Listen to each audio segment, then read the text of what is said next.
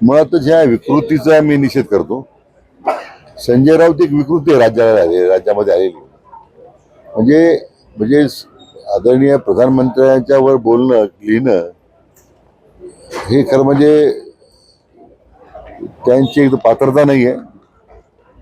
आपल्या खाली काय जळतंय, मुंबईच्या अनेक भूखंडातले घोटाळे जर बाहेर काढले तर त्याचं वेगळं पुस्तक त्यांच्याबद्दल छापावं लागेल किंवा त्यांच्या नेत्यांबद्दल छापावं लागेल. मला वाटतं पदाची गरिमा ठेवली पाहिजे.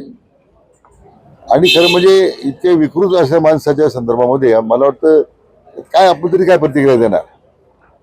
ज्यांनी जनावर गमावलेला आहे, ज्यांनी लोकांचा विश्वास त्यांच्यावर राहिलेला नाही आहे, आता त्यांना दुसरा कोणताही मार्ग नाही आहे. आता फक्त अशी पुस्तकं लिहिणं आणि आपल्या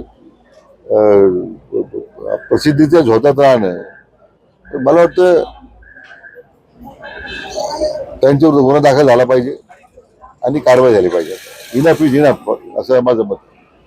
सर, दुसरं नगर दौऱ्यावर होत्या, त्यांनी कुठेतरी सांगितलं युती झाली तर ठीक आहे, नाही तर स्वबळावरती निवडणुका लढवल्या जातात. असं आहे की महायुतीमध्ये सर्व निवडणुकीला जाताना समोर जाताना महायुती म्हणूनच लढणार आहोत.